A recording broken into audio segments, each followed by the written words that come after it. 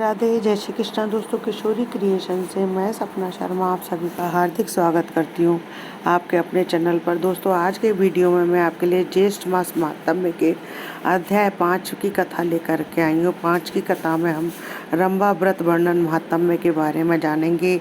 इससे पहले के ज्येष्ठ मास महात्म्य के 4 अध्याय के वीडियो जो है मैंने मेरे चैनल पर डाले हुए हैं। आप उनको मेरे चैनल पर जाकर देख भी सकते हैं और श्रवण भी कर सकते हैं। ज्येष्ठ मास महात्म्य का श्रवण करने के लिए दोस्तों, सूर्य उदय से पहले ब्रह्म मुहूर्त में उठ करके स्नान आदि से निवृत्त होकर स्वस्थ पहन करके श्री हरि विष्णु की पूजा आराधना करके ज्येष्ठ मास महात्म्य का जो है महात्म्य सुनना चाहिए। मैं प्रतिदिन आपको ज्येष्ठ मास महात्म्य का एक अध्याय सुना रही हूँ। आज मैं आपको ज्येष्ठ मास महात्म्य का 5वां अध्याय सुनाऊंगी। ये जानते 5वां अध्याय शुरू करें उससे पहले जानते हैं 4थे अध्याय का सारांश। इससे पहले ऋषियों ने कहा कि आपने हमें जो है स्कंद जी से कहा कि आपने जो है पंचाग्नि साधन व्रत का महात्म्य बताया। व्रत को कब करें, कैसे करें और इसकी विधि क्या है। पार्वती जी जो है शिव पद को कैसे प्राप्त हुई, तब स्कंद जी ने जो है ये कथा बताई और उसके पुण्य प्रताप बताए। उन्होंने बताया कि जो मनुष्य इस व्रत को भगवान जगदीश की तुष्टि और पुष्टि के लिए करते हैं, श्लोक में समस्त कामनाओं को प्राप्त करके ब्रह्मलोक को जाते हैं। आइए जानते हैं 5वां अध्याय। इसमें हम रंभा व्रत वर्णन महात्म्य के बारे में जानेंगे। ऋषि कहने लगे, हे स्कंद जी, स्त्रियां सौभाग्य के लिए ज्येष्ठ मास में कौन सा व्रत करें और क्या दान करें, सो आप कृपा करके कहिए। स्कंद जी बोले कि किसी समय कैलाश पर्वत पर भगवान शिव जी सुख से बैठे थे। तब पार्वती जी हाथ जोड़ और प्रणाम करके शिव जी से कहने लगी, हे शिव, हे शंभु, हे जगन्नाथ, हे सर्वज्ञ, हे सुखदायक, मेरे समान ऐश्वर्य, सुख और सौभाग्य जिस उपाय के द्वारा अक्षय नाश रहित हो, और हे कृपा निधि, आपके साथ मैं अजर और अमर होकर रहूं, ये किस व्रत से होगा, कृपा करके मुझे बताइए। एक समय जप और तप से गर्वित होकर सावित्री ने अपने स्वामी का गृह त्यागा और समस्त लोगों का श्राप दिया। उस समय आपने सावित्री को मना नहीं किया। वह ब्रह्मा जी से कहने लगी, हे निर्लज्ज, बकरी के गले में बिना दूध के निरर्थक स्तनों के समान तू प्राणों का त्याग कर। इस प्रकार सावित्री के वचनों को सुनकर ब्रह्मा जी को कोप के मारे लाल मुख हो गया और कहने लगे कि हे मूढ़े, तू पृथ्वी पर वृक्ष योनि में होकर वास कर। देवताओं ने प्रार्थना की तो सावित्री ने उसके श्राप से उद्धार कर दिया। पार्वती जी कहने लगी, हे कृपा सिंधु, यदि मेरे ऊपर अनुग्रह करें तो इस उपाय को कहिए, क्योंकि स्वर्गलोक में महेंद्र तथा प्रजापति का भी नाश कहाँ है।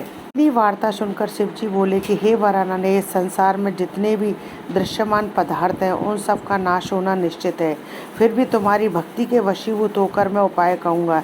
हे भद्रे, ज्येष्ठ मास के शुक्ल पक्ष की तृतीया को स्नान कर नियम में तत्पर रहकर यत्न पूर्वक श्रेष्ठ रंभा व्रत को करना चाहिए। पार्वती जी कहने लगी, हे प्रभु, यह रंभा कौन है, रंभा व्रत कैसे किया जाता है। शिव जी कहने लगे, हे वरानने, जब ब्रह्मा जी के श्राप से सावित्री वृक्ष हो गई तब वह रंभा केदली और कर्पूर जननी नाम से प्रसिद्ध हुई। क्रोध से संतप्त होकर सावित्री अपने पिता के आदेश से ज्येष्ठ मास में स्नान दान आदि 5 वर्ष तक किया। तब ब्रह्मा जी प्रसन्न हो गए और ज्येष्ठ शुक्ल तृतीया को सावित्री के सामने प्रकट होकर ब्रह्मा जी ने पृथ्वी के बहुत से दुर्लभ वरदान दिए, उनको तुम सुनो। ब्रह्मा जी ने सावित्री से कहा कि हे शुभे, तुम संसार के कल्याण के लिए अंश से रंभा केला हो जाओ। जो ज्येष्ठ मास में तुम्हारी ज्येष्ठ पूजन करेंगे उनका सौभाग्य, सुख और संपत्ति अक्षय नाश रहित होगी। ऐसा कहकर ब्रह्मा सावित्री के साथ सत्यलोक को चले गए। जी कहने लगे कि वह सावित्री के श्राप की कथा तुमसे कही। अब संक्षेप में रंभा व्रत की विधि तुमसे कहता हूँ। ज्येष्ठ मास की तृतीया के दिन बाघ या अपने घर में केले का पेड़ लगाएं। कामत, गंध, पुष्प, माला और कपूर, पवित्र शीतल खुशबू से वासिष्ठ जल आदि से प्रतिदिन वृक्ष का सिंचन करें। सुंदर वन को बनाकर उसके मध्य में कलश स्थापित करें। षोडशोपचार विधि से पूजन कर अनेक प्रकार के नैवेद्य अर्पण करें। फिर अपनी शक्ति के अनुसार ब्राह्मणों को भोजन करावें। स्वयं हविष्यान्न भोजन कर गीत, वाद्य, पुराण, कथा, श्रवण और कीर्तन द्वारा देवता के सामने जागरण करें। इस प्रकार केदली वन में बैठकर नित्य प्रति पूजन करें। समस्त कामनाओं वाले मनुष्य इस प्रकार मास व्रत को करें। जब 1 मास पूर्ण हो जाए तो आचार्य को बहुत सा धन देकर दूध वाली माँ गौ का दान देवें। शक्ति हवन कराकर ब्राह्मणों को भूयसी दक्षिणा दे में अपनी शक्ति के अनुसार शर्करा युक्त खीर से ब्राह्मणों को भोजन करावें। इसके पश्चात विसर्जन कर पारणा करें और प्राणियों को बहुत सा अन्नदान देवें।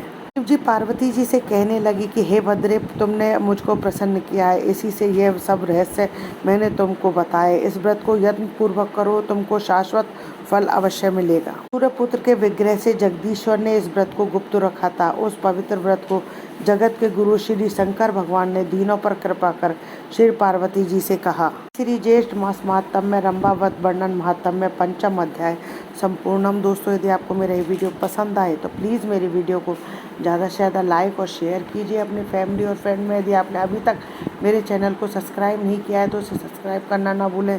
पास ही में बेल आइकन को दबाएं, जिससे मेरे आने वाले हर नए वीडियो का नोटिफिकेशन आपको मिल जाए। हिंदू धर्म, रीति रिवाज, कथा कहानी जानने के लिए मेरे चैनल पर बने रहने के लिए बहुत बहुत धन्यवाद। जय श्री कृष्ण दोस्तों।